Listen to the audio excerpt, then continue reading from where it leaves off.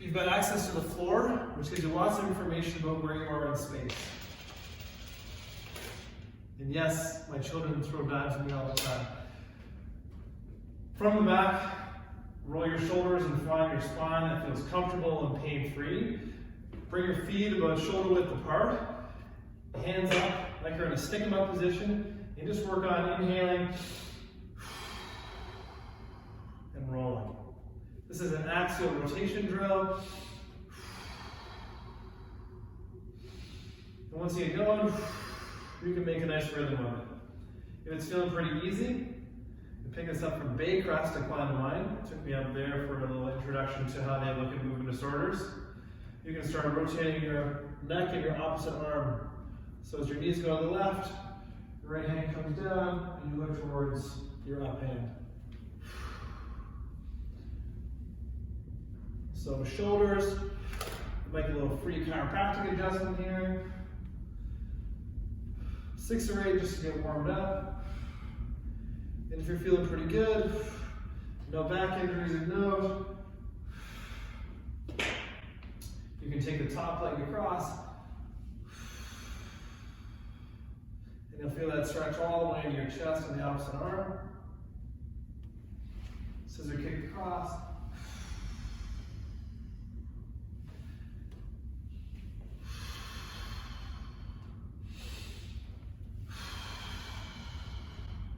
If you're a little more delicate in the lower back and you want to take it down a notch, we use the arms to rotate because the legs are big, long, and heavy. So we'll get you lying at your side. You can support your head, grab a pillow if you need to, and you're going to take your arms like you're stringing a bow and arrow. So big inhale as you come in. See how far you can reach, and see how far you can slide. Your mission is to bring that opposite arm to the ground. If you're old enough, or into classic rock enough, you can do a little Guitar Hero style overhead raise, depending on how your shoulders are doing. You can think full Pete Townsend, come all the way around. This is going to get your shoulder blade moving. You're keeping your hips stacked to get to protect your lower back versus the big open leg version we did. You might get an estimate here if you're really tight in the chest, so you can hang out for a breath or two. Here's your spot right there. Just let that arm sink. I'm going to do 1 or 2 from the other side so you can see how this side moves.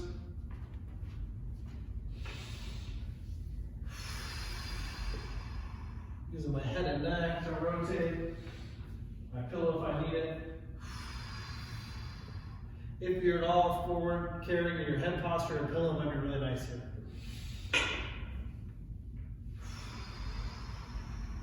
So altogether this series shouldn't take much more than 10 minutes. Maybe 5 or 8 each side.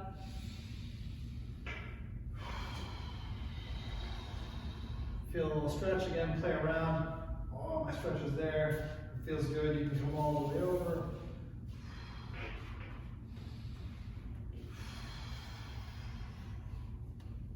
Awesome. So we got some hip mobility and some shoulder mobility. If the hips are good, we took you through a straight leg version. If the hips were not so great, we kept your hips nice and stable and close, and we worked on your upper body.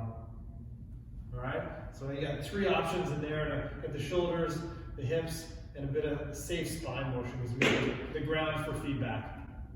From here, we're going to do a McGill style curl up. So we got a little Baycrest there in your axial rotation. We got a little Grey Cook, then your thoracic mobility drill, and this one's a little good Canadian, former Canada Stuart McGill. This is a drill to activate your anterior core as much as stabilize the rest of your belt. All right, so this is again great pre-workout, great just on its own, 10-15 minute routine. That's enough rest and me talking, here we go. So you're gonna inhale, exhale, create some stiffness.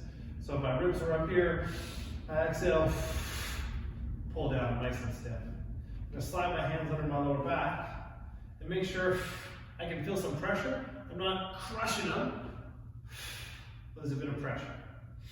From there, I'm going to take one hand out and just going to picture using a string to pull your chest and face up. Notice I let my head drag a little bit, I reset that, and come on down. So I'm going to go as high as I can without crushing my hand. So if I feel more pressure, too high.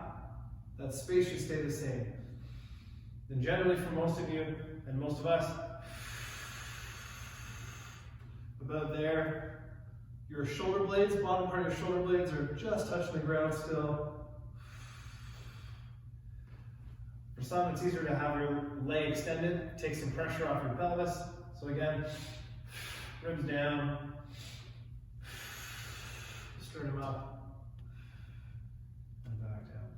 If it feels like you're using your neck, you can support your head. And don't let the pressure come off.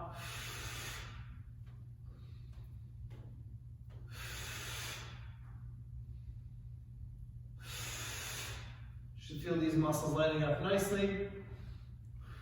And now they're ready for you. When I got taught this originally, Dr. McGill told us to think about having a blood pressure cuff in your lower back. So you create that first bit of tension, the dial goes up and it stays there. So you're not trying to crush it or lose it on the way up and down. So the dial stays pressurized. Cool? So there's our anterior core. Now we're over onto our side. We should be closing on 10 minutes. So a couple quick side planks and then we're good. I like to coach this with screwing your shoulder blade back and in, kind of grabbing your lats, this big muscle back here, almost like you're pulling yourself down the bench a little bit, or down the floor. So again, screw your lat, pull down, make sure your hand is, there we go, right under your shoulder. I'm down in. I'm going to squeeze my glutes, take a little sniffle to get set, driving forward. I'm going to hold for whatever feels good. Think of a nice straight line. It's easy when you roll back, so generally try to think about tipping forward slightly. Lee Boyce is a great cue, just always over-exaggerate that. You should feel the obliques grab, and then you sit back and down. I missed the pad a little bit there, my sensitive knees. So we're screwing those shoulder blades in, feel the lat engage, almost like you're pulling down. Squeeze the butt cheeks together like you're holding back at number 2. Little sip in, and we can hold up here. If you feel good, this is nice and easy, you all feel dialed in, shoulder feels good, lats are on, obliques are on, straighten the top leg. This feels good, we're also in a good position, we're nice and stacked, maybe we'll roll. We can try a little lift. As I lift the leg, it's heavy, so it wants to do this, keeping everything stacked. If that feels easy still, keep that leg straight, slide the other one in behind it, and I get all that weight on there. Oh, that's good. I'm pre-fatigued. I'm not doing anything. Oh, so good. Slap the knee down. You can keep going. You can feel nasty, a little bit of recovery. I got this shit again. Oh, hold. Or just reps. Come down, make sure I'm set. Find a fist, your hand, get some pressure. Maybe it's 5 seconds before you're, gas. Screw it in. 4, 3, crank it on. 2, 1. Put some good juice into that one.